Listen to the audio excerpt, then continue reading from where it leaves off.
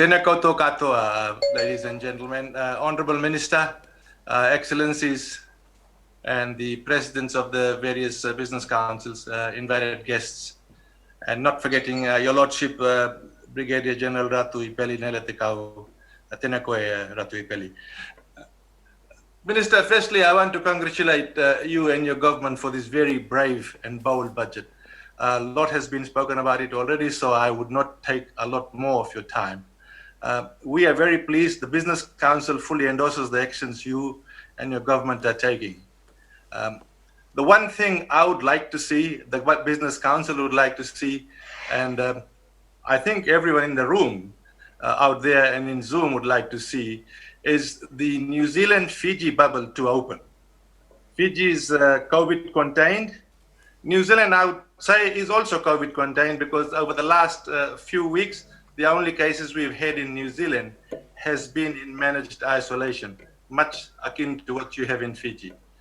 So I really do not see what more New Zealand would like to see from Fiji, and vice versa, what Fiji would like to see from New Zealand.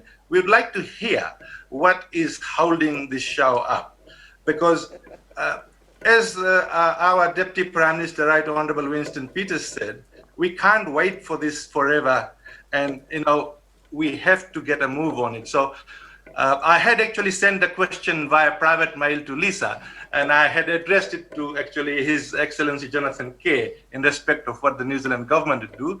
But Honourable AG, you may also like to comment from the Fijian government's perspective. But it just seems that this bubble is, bursting at it seems to bubble. So why don't we just break it? I can tell you that we are not holding up the show. As soon as New Zealand becomes COVID contained, there are various health protocols. Our health officials need to give that certification. Once that is done, then as we've announced, our Honourable PM announced that a few weeks ago when we removed many of the measures that were put in place, that any COVID-contained country, we are quite happy to have travel between the two countries with obviously certain conditions. And our condition is that anybody coming in just simply needs to take a COVID-19 test, a swab, before they enter the country. They have a negative result, and they can come, they can roam around in Fiji. And similarly, I suppose it should apply to Fijians going to New Zealand. It's vice versa.